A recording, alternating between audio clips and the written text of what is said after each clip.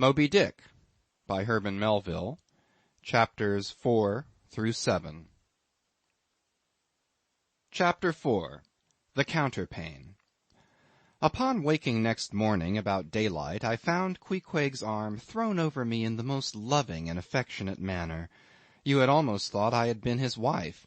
The counterpane was of patchwork, full of odd little party-colored squares and triangles, and this arm of his tattooed all over with an interminable Cretan labyrinth of a figure, no two parts of which were of one precise shade, owing, I suppose, to his keeping his arm at sea unmethodically in sun and shade, his shirt-sleeves irregularly rolled up at various times. This same arm of his, I say, looked for all the world like a strip of that same patchwork quilt. Indeed, partly lying on it as the arm did when I first awoke, I could hardly tell it from the quilt, they so blended their hues together, and it was only by the sense of weight and pressure that I could tell that Queequeg was hugging me. My sensations were strange. Let me try to explain them. When I was a child, I well remember a somewhat similar circumstance that befell me. Whether it was a reality or a dream, I never could entirely settle. The circumstance was this. I had been cutting up some caper or other. I think it was trying to crawl up the chimney, as I had seen a little sweep do a few days previous, and my stepmother, who somehow or other was all the time whipping me or sending me to bed supperless, my mother dragged me by the legs out of the chimney and packed me off to bed, though it was only 2 o'clock in the afternoon of the 21st June, the longest day of the year in our hemisphere. I felt dreadfully. But there was no help for it, so upstairs I went to my little room in the 3rd floor, undressed myself as slowly as possible so as to kill time, and with a bitter sigh got between the sheets. I lay there dismally calculating that 16 entire hours must elapse before I could hope for a resurrection. 16 hours in bed. The small of my back ached to think of it. And it was so light, too, the sun shining in at the window, and a great rattling of coaches in the streets, and the sound of gay voices all over the house. I felt worse and worse. At last I got up, dressed, and, softly going down in my stocking feet, sought out my stepmother, and suddenly threw myself at her feet, beseeching her as a particular favour to give me a good slippering for my misbehaviour, anything indeed but condemning me to lie abed such an endurable length of time. But she was the best and most conscientious of stepmothers, and back I had to go to my room. For several hours I lay there, broad awake, feeling a great deal worse than I have ever done since, even from the greatest subsequent misfortunes. At last I must have fallen into a troubled nightmare of a doze, and slowly waking from it, half steeped in dreams, I opened my eyes, and the before sunlit room was now wrapped in outer darkness. Instantly I felt a shock running through all my frame. Nothing was to be seen, and nothing was to be heard. But a supernatural hand seemed placed in mine. My arm hung over the counterpane, and the nameless, unimaginable, silent form or phantom to which the hand belonged seemed closely seated by my bedside. For what seemed ages piled on ages, I lay there, frozen with the most awful fears, not daring to drag away my hand, yet ever thinking that if I could but stir it 1 single inch, the horrid spell would be broken. I knew not how this consciousness at last glided away from me, but waking in the morning, I shudderingly remembered it all, and for days and weeks and months afterwards, I lost myself in confounding attempts to explain the mystery. Nay, to this very hour, I often puzzle myself with it. Now take away the awful fear, and my sensations at feeling the supernatural hand in mine were very similar in their strangeness to those which I experienced on waking up and seeing Queequeg's pagan arm thrown round me. But at length all the past night's events soberly recurred, one by one, in fixed reality, and then I lay only alive to the comical predicament. For though I tried to move his arm, unlock his bridegroom clasp, yet, sleeping as he was, he still hugged me tightly, as though naught but death should part us twain. I now strove to rouse him. "Queequeg!" But his only answer was a snore. I then rolled over, my neck feeling as if it were in a horse collar, and suddenly felt a slight scratch. Throwing aside the counterpane, there lay the tomahawk, sleeping by the savage's side, as if it were a hatchet-faced baby. A pretty pickle, truly, thought I. A bed here in a strange house in broad day with a cannibal and a tomahawk. Queequeg! In the name of goodness, Queequeg, wake!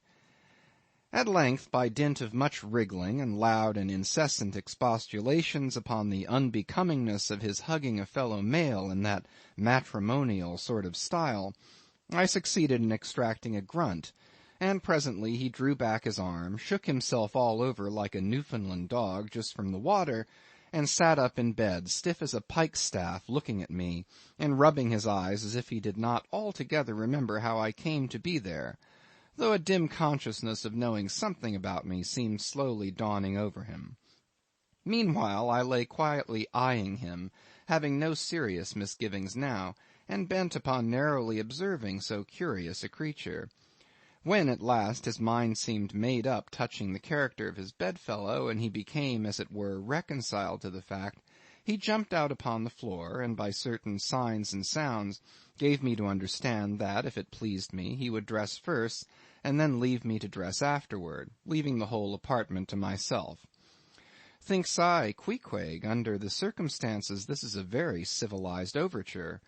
But the truth is, these savages have an innate sense of delicacy, say what you will. It is marvellous how essentially polite they are. I pay this particular compliment to Queequeg because he treated me with so much civility and consideration, while I was guilty of great rudeness, staring at him from the bed and watching all of his toilette motions, for the time my curiosity getting the better of my breeding. Nevertheless, a man like Queequeg you don't see every day. He and his ways were well worth unusual regarding. He commenced dressing at top by donning his beaver hat, a very tall one, by the by, and then, still minus his trousers, he hunted up his boots. What under the heavens he did it for I cannot tell, but his next movement was to crush himself, boots in hand and hat on, under the bed, when, from sundry violent gaspings and strainings, I inferred he was hard at work booting himself, though by no law of propriety that I ever heard of is any man required to be private when putting on his boots. But Queequeg, do you see, was a creature in the transition stage, neither caterpillar nor butterfly. He was just enough civilized to show off his outlandishness in the strangest possible manners. His education was not yet completed. He was an undergraduate. If he had not been a small degree civilized, he probably would not have troubled himself with boots at all. But then, if he had not been still a savage, he never would have dreamt of getting under the bed to put them on. At last he emerged, with his hat very much dented and crushed down over his eyes, and began creaking and limping about the room, as if, not being much accustomed to boots, his pair of damp, wrinkled, cowhide ones, probably not made to order either, rather pinched and tormented him at the first go off of a bitter cold morning. Seeing now that there were no curtains to the window, and that the street being very narrow, the house opposite commanded a plain view into the room, and observing more and more the indecorous figure that Queequeg made, staving about with little else but his hat and boots on, I begged him as well as I could to accelerate his toilet somewhat, and particularly to get into his pantaloons as soon as possible. He complied, and then proceeded to wash himself. At that time in the morning any Christian would have washed his face, but Queequeg, to my amazement, contented himself with restricting his ablutions to his chest, arms, and hands. He then donned his waistcoat, and taking up a piece of hard soap on the washstand centre table, dipped it into water and commenced lathering his face. I was washing to see where he kept his razor, and lo and behold, he takes the harpoon from the bed corner, slips out the long wooden stock, unsheaths the head, wets it a little on his boot, and striding up to the bit of mirror against the wall, begins a vigorous scraping, or rather harpooning, of his cheeks. Thinks I, Queequeg, this is using Roger's best cutlery with a vengeance. Afterwards I wondered less at this operation when I came to know of what fine steel the head of a harpoon is made, and how exceedingly sharp the long straight edges are always kept. The rest of his toilet was soon achieved, and he proudly marched out of the room, wrapped up in his great pilot monkey jacket, and sporting his harpoon like a marshal's baton. Chapter 5. Breakfast. I quickly followed suit, and descending into the bar-room accosted the grinning landlord very pleasantly. I cherished no malice toward him, though he had been skylarking with me not a little in the matter of my bedfellow. However, a good laugh is a mighty good thing, and rather too scarce a good thing, the more's the pity. So if any one man in his own proper person affords stuff for a good joke to anybody, let him not be backward, but let him cheerfully allow himself to spend and be spent in that way. And the man that has anything bountifully laughable about him, be sure there is more in that man than you perhaps think for. The bar-room was now full of the boarders who had been dropping in the night previous, and whom I had not as yet had a good look at. They were nearly all whalemen, chief mates, and second mates, and third mates, and sea carpenters, and sea coopers, and sea blacksmiths, and harpooneers, and ship-keepers, a brown and brawny company with bosky beards, an unshorn shaggy set, all wearing monkey jackets for morning gowns. You could pretty plainly tell how long each one had been ashore. This young fellow's healthy cheek is like a sun-toasted pear in hue, and would seem to smell almost as musky. He can not have been 3 days landed from his Indian voyage. That man next him looks a few shades lighter. You might say a touch of satin wood is in him. In the complexion of a third still lingers a tropic tawn, but slightly bleached withal. He, doubtless, has tarried whole weeks ashore. But who could show a cheek like Queequeg, which, barred with various tints, seemed, like the Andes' western slope, to show forth in one array contrasting climates, zone by zone. "Grub, ho!" now cried the landlord, flinging open a door, and in we went to breakfast. They say that men who have seen the world thereby become quite at ease in manner, quite self-possessed in company. Not always, though. Ledyard, the great New England traveller, and Mungo Park, the Scotch one, of all men they possess the least assurance in the parlour. But perhaps the mere crossing of Siberia in a sledge drawn by dogs, as Ledyard did, or the taking of a long solitary walk on an empty stomach in the negro heart of Africa, which was the sum of poor Mungo's performances, this kind of travel, I say, may not be the very best mode of attaining a high social polish. Still, for the most part, that sort of thing is to be had anywhere. These reflections just here are occasioned by the circumstance that after we were all seated at the table, and I was preparing to hear some good stories about whaling, to my no small surprise nearly every man maintained a profound silence. And not only that, but they looked embarrassed. Yes, here were a set of sea-dogs, many of whom, without the slightest bashfulness, had boarded great whales on the high seas, entire strangers to them, and duelled them dead without winking, and yet here they sat at a social breakfast table, all of the same calling, all of kindred tastes, looking round as sheepishly at each other as though they had never been out of sight of some sheepfold among the Green Mountains. A curious sight, these bashful bears, these timid warrior whalemen. But as for Queequeg, why, Queequeg sat there among them, at the head of the table too, it so chanced, as cool as an icicle. To be sure, I cannot say much for his breeding. His greatest admirer could not have cordially justified his bringing his harpoon into breakfast with him, and using it there without ceremony, reaching over the table with it to the imminent jeopardy of many heads, and grappling the beefsteaks toward him. But that was certainly very coolly done by him, and every one knows that in most people's estimation to do anything coolly is to do it genteelly. We will not speak of all Queequeg's peculiarities here, how he eschewed coffee and hot rolls, and applied his undivided attention to beefsteaks done rare. Enough that when breakfast was over he withdrew like the rest into the public room, lighted his tomahawk pipe, and was sitting there quietly digesting and smoking with his inseparable hat on, when I sallied out for a stroll. Chapter 6. The Street. If I had been astonished at first catching a glimpse of so outlandish an individual as Queequeg circulating among the polite society of a civilized town, that astonishment soon departed upon taking my first daylight stroll through the streets of New Bedford. In thoroughfares nigh the docks, any considerable seaport will frequently offer to view the queerest looking nondescripts from foreign parts. Even in Broadway and Chestnut streets, Mediterranean mariners will sometimes jostle the affrighted ladies. Regent Street is not unknown to Lascars and Malays, and at Bombay, in the Apollo Green, live Yankees have often scared the natives. But New Bedford beats all Water Street and Wapping.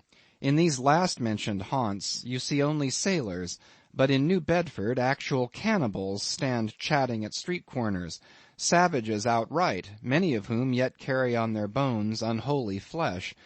It makes a stranger stare. But besides the Fijians, Tonga-Tabouars, Arromangoans, Panangians, and Brigians, and besides the wild specimens of the whaling craft which, unheeded, reel about the streets, you will see other sights still more curious, certainly more comical. There weekly arrive in this town scores of green Vermonters and New Hampshiremen, all athirst for gain and glory in the fishery. They are mostly young, of stalwart frames, fellows who have felled forests and now seek to drop the axe and snatch the whale lance. Many are as green as the green mountains whence they came. In some things you would think them but a few hours old.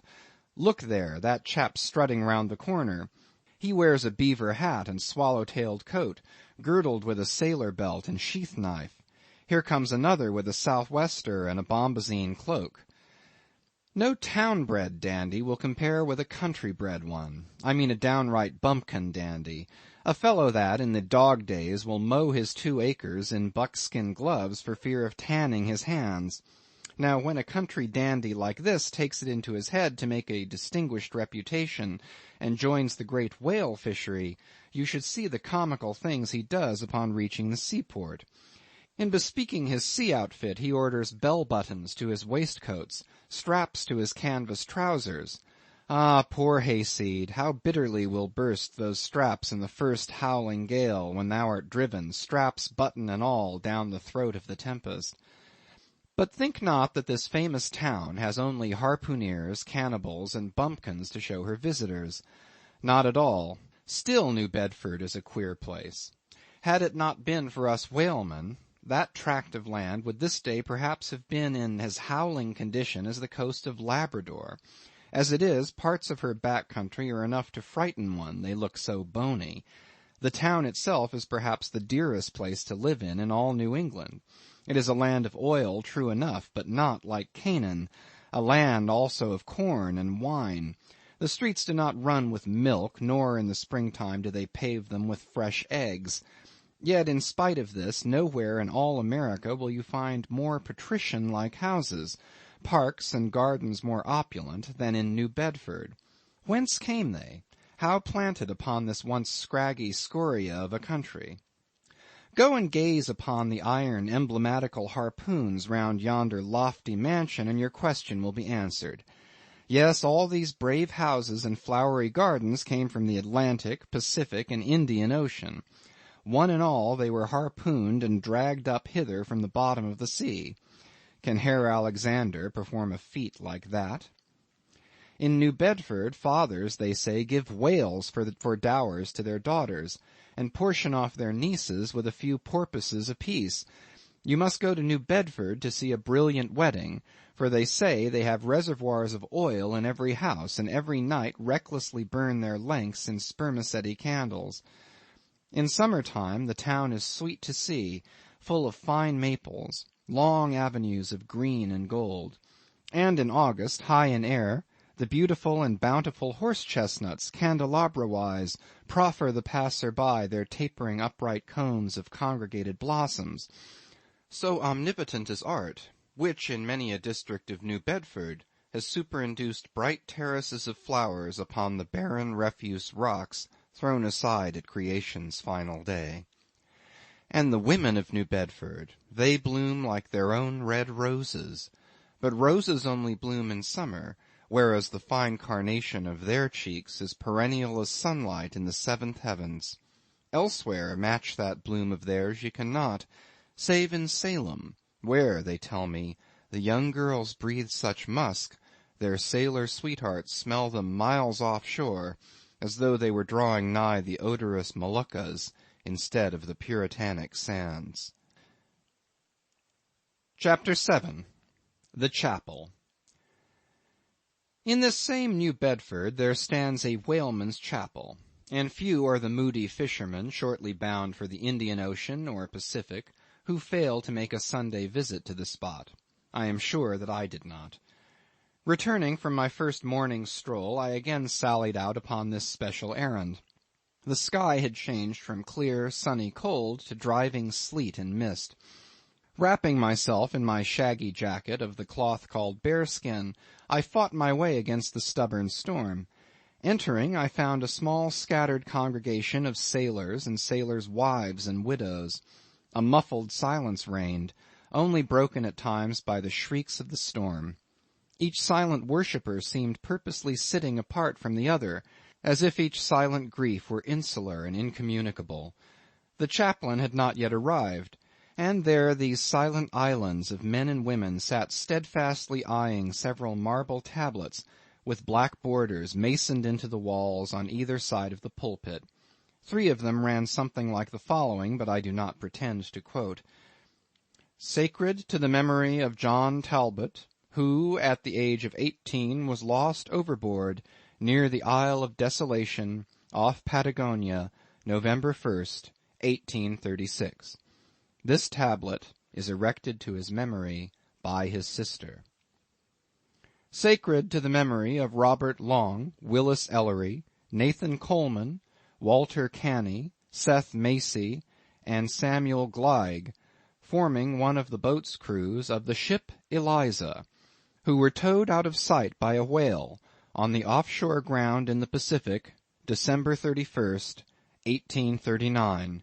This marble is here placed by their surviving shipmates. Sacred to the memory of the late Captain Ezekiel Hardy, who, in the bows of his boat, was killed by a sperm whale on the coast of Japan, August 3rd, 1833. This tablet is erected to his memory by his widow.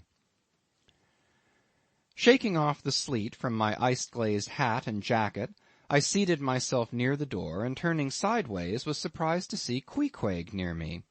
Affected by the solemnity of the scene, there was a wondering gaze of incredulous curiosity in his countenance. This savage was the only person present who seemed to notice my entrance, because he was the only one who could not read, and therefore was not reading those frigid inscriptions on the wall. Whether any of the relatives of the seamen whose names appeared there were now among the congregation, I knew not, but so many are the unrecorded accidents in the fishery, and so plainly did several women present wear the countenance, if not the trappings, of some unceasing grief, that I feel sure that here before me were assembled those in whose unhealing hearts the sight of those bleak tablets sympathetically caused the old wounds to bleed afresh. Oh, ye whose dead lie buried beneath the green grass, who, standing among flowers, can say, Here, here lies my beloved, you know not the desolation that broods in bosoms like these. What bitter blanks in those black-bordered marbles which cover no ashes! What despair in those immovable inscriptions! What deadly voids and unbidden infidelities in the lines that seem to gnaw upon all faith, and refuse resurrections to the beings who have placelessly perished without a grave. As well might those tablets stand in the cave of Elephanta as here. In what census of living creatures the dead of mankind are included, why it is that a universal proverb says of them that they tell no tales, though containing more secrets than the Goodwin Sands, how it is that to his name who yesterday departed for the other world we prefix so significant and infidel a word, and yet do not thus entitle him if he but embarks for the remotest Indies of this living earth, why the life insurance companies pay death forfeitures upon immortals, In what eternal unstirring paralysis and deadly hopeless trance yet lies antique Adam who died 60 round centuries ago?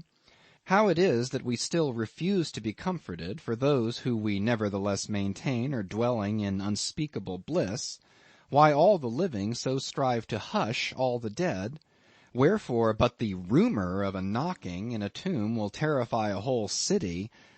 All these things are not without their meanings. But faith, like a jackal, feeds among the tombs, and even from these dead doubts she gathers her most vital hope. It needs scarcely be told with what feelings on the eve of a Nantucket voyage I regarded those marble tablets, and by the murky light of that darkened doleful day read the fate of the whalemen who had gone before me. Yes, Ishmael, the same fate may be thine. But somehow I grew merry again. Delightful inducements to embark. Fine chance for promotion, it seems. Aye, a stove boat will make me an immortal by brevet. Yes, there is death in this business of whaling, a speechlessly quick, chaotic bundling of a man into eternity. But what then? Methinks we have hugely mistaken this matter of life and death. Methinks that what they call my shadow here on earth is my true substance. Methinks that in looking at things spiritual we are too much like oysters, observing the sun through the water, and thinking that thick water the thinnest of air. Methinks my body is but the lees of my better being. In fact, take my body who will. Take it, I say. It is not me. And, therefore, 3 cheers for Nantucket, and come a stove boat and stove body when they will, for stave my soul, Jove himself cannot. End of chapters 4 through 7.